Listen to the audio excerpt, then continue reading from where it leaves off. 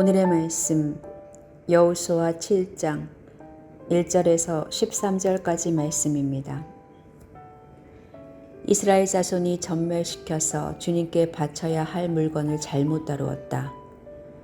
유다 지파에서 세라의 증손이요 삽디의 손자요 갈미의 아들이 나가니 전멸시켜서 주님께 바쳐야 할 물건을 가져갔기 때문에 주님께서 이스라엘 자손에게 진노하셨다.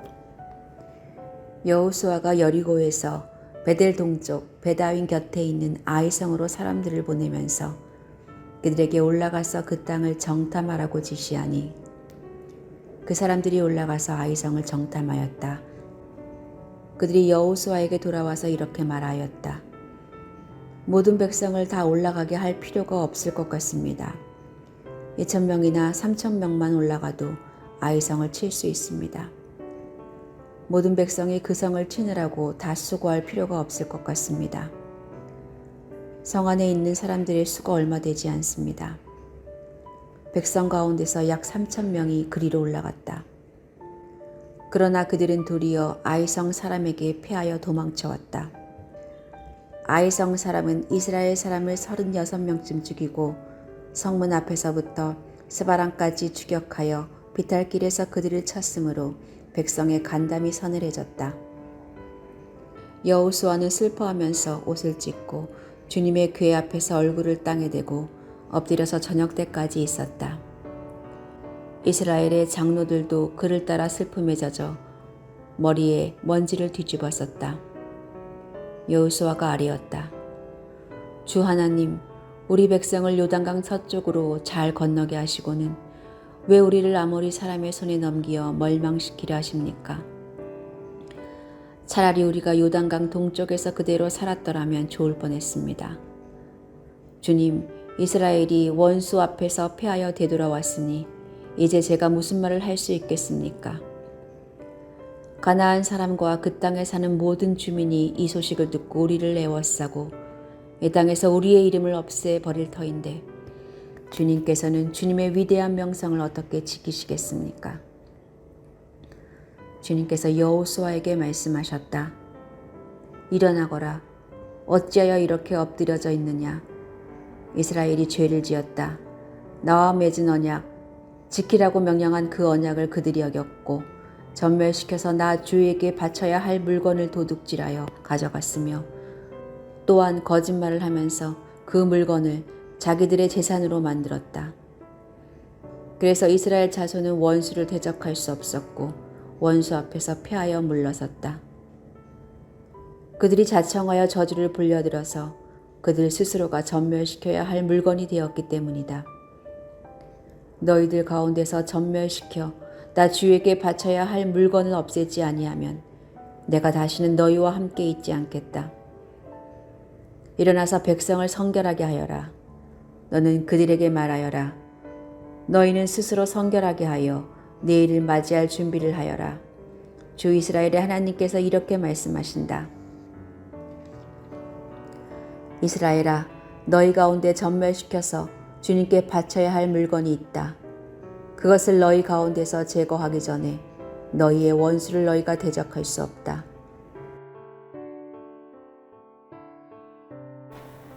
육체적으로는 멀쩡히 보고 들을 수 있지만 나도 모르는 사이에 눈과 귀를 멀게 하고 마음을 굳게 만드는 것들이 있습니다. 멀쩡하다가도 내가 하고 싶은 것이 생기면 다른 것이 보이지 않는 사람들이 있습니다. 그저 내가 가지고 싶은 것만 보이고 그것이 전부인 것 같아집니다. 어느 순간 자기의 생각과 방법이 옳다는 확신이 생기면 귀가 멀게 되기도 합니다. 그러면 다른 사람의 조언과 여러 경고의 소식들은 듣지 않고 귀 기울이지 않게 됩니다. 어떤 이들은 반드시 이루어야 하는 목표가 생기면 독해집니다. 자기에게만 독해지면 그나마 괜찮겠지만 타인에게도 독해져서 자기가 목표하는 것을 이루기 위해 주위에 고통받고 죽어가는 많은 사람이 있어도 마음이 아프거나 미안해하지 않게 됩니다. 이렇게 눈이 멀고 귀가 멀고 마음이 독해지는 이유는 한마디로 욕심 때문입니다. 가나안에서 처음 치른 전쟁, 여리고와의 전쟁에서 영광스럽고 큰 승리를 거둔 이스라엘 백성들 가운데에 그 욕심을 이기지 못한 한 사람이 있었습니다. 그 한 사람은 여호수아가 그렇게 당부했음에도 불구하고 자기의 욕심을 버리지 못하고 하나님께 온전히 바친 물건을 훔쳐서 감추었습니다. 이 일로 하나님께서는 진노하셨고 이스라엘 백성들의 눈과 귀는 가리워졌습니다. 아이에 보내진 정탐꾼들은 모두 올라갈 필요 없고 2-3천 명만 올라가 아이를 공격하게 하십시오라는 의견을 냈고 여호수아도 이 의견에 동의했습니다. 그러나 3,000명 정도 올라간 이스라엘 백성은 아이성 사람들 앞에서 패배했고 36명 정도의 희생자가 발생했다고 기록되어 있습니다.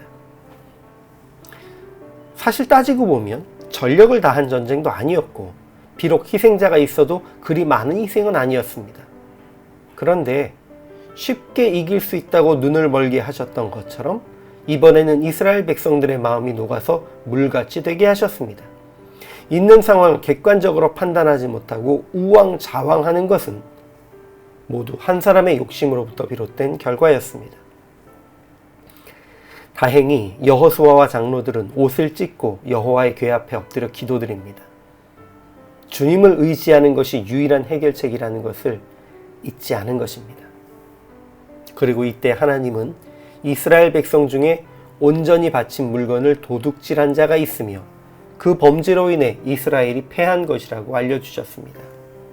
그리고는 온전히 바친 물건을 너희 가운데에서 제하기까지는 내 원수들 앞에 능히 맞서지 못하리라 라고 말씀하셨습니다.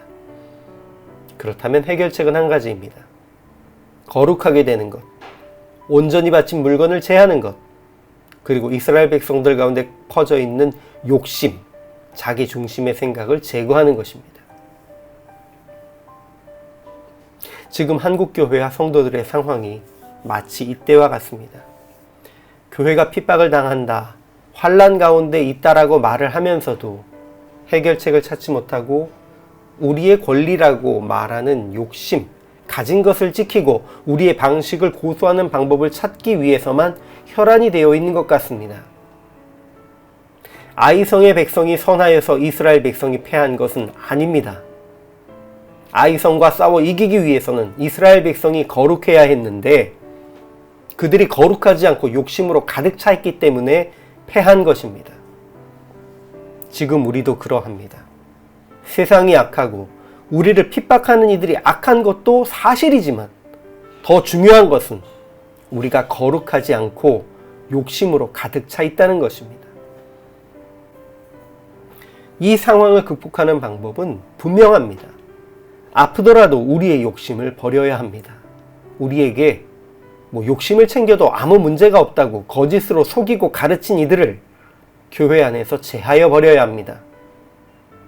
그렇게 우리가 하나님 앞에 거룩하게 되어야만 바로 보고 바로 듣고 주님 뜻대로 나아갈 수 있습니다. 그러니 여러분, 오늘 당신이 하나님 앞에 거룩함을 지키기 위해 온전히 버려야 할 것이 무엇인지 찾아보고 속히 버리는 한으로 삼으시기 바랍니다.